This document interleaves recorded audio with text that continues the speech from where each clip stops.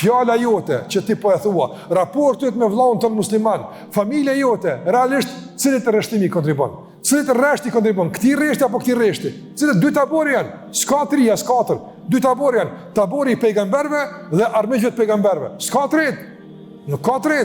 Janë pejgamberët e Allahu xhalla xhelalu dhe pasues të pejgamberëve dhe janë armiqtë e pejgamberëve dhe ata që tentojnë me injollos pejgamberët dhe misionet e tyre.